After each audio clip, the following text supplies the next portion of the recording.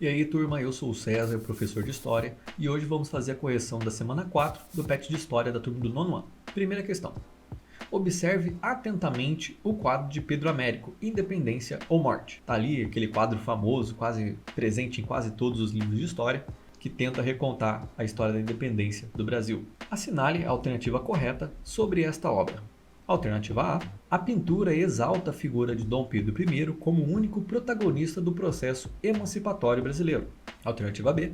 A obra não teve nenhuma importância na construção do imaginário brasileiro ao permanecer oculta durante quase todo o século XX. Muito pelo contrário, ela esteve e está presente no imaginário popular até hoje. Quase todos os livros do século XX faziam questão de colocar essa imagem. Alternativa C.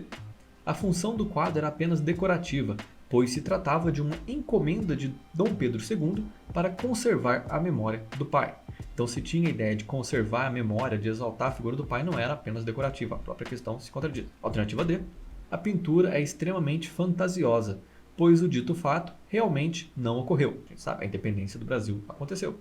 Pode não ter sido da forma que foi representada, porque o quadro foi pintado quase 60 anos depois, mas aconteceu. Então a resposta correta é a alternativa A. A pintura exalta a figura de Dom Pedro I, como vocês podem ver ele no centro da imagem ali, tendo um destaque muito maior que as outras, sendo ali representado quase que como o único protagonista do processo emancipatório brasileiro. Sendo que a gente vai ter ali José Bonifácio, vai ter a esposa de Pedro I, Dona Leopoldina, vários outros acontecimentos antes do 7 de setembro que vão ter um papel fundamental para a independência, mas a pintura exalta a figura apenas de Pedro I. Segunda questão. Por ocasião do Dia do Fico, estando clara a intenção de Dom Pedro I em não retornar a Lisboa, as cortes portuguesas acabaram por recuar, reconhecendo de pronto a independência brasileira.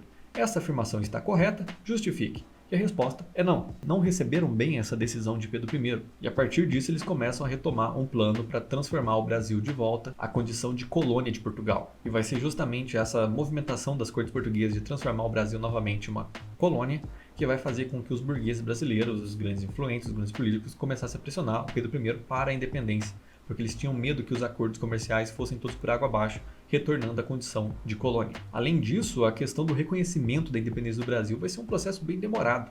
Só vai acontecer em 1825, 3 anos depois da independência de fato, mediante uma intervenção da Inglaterra e o pagamento de uma multa muito grande para Portugal. E essa foi a correção da 4ª semana de História do 9º ano.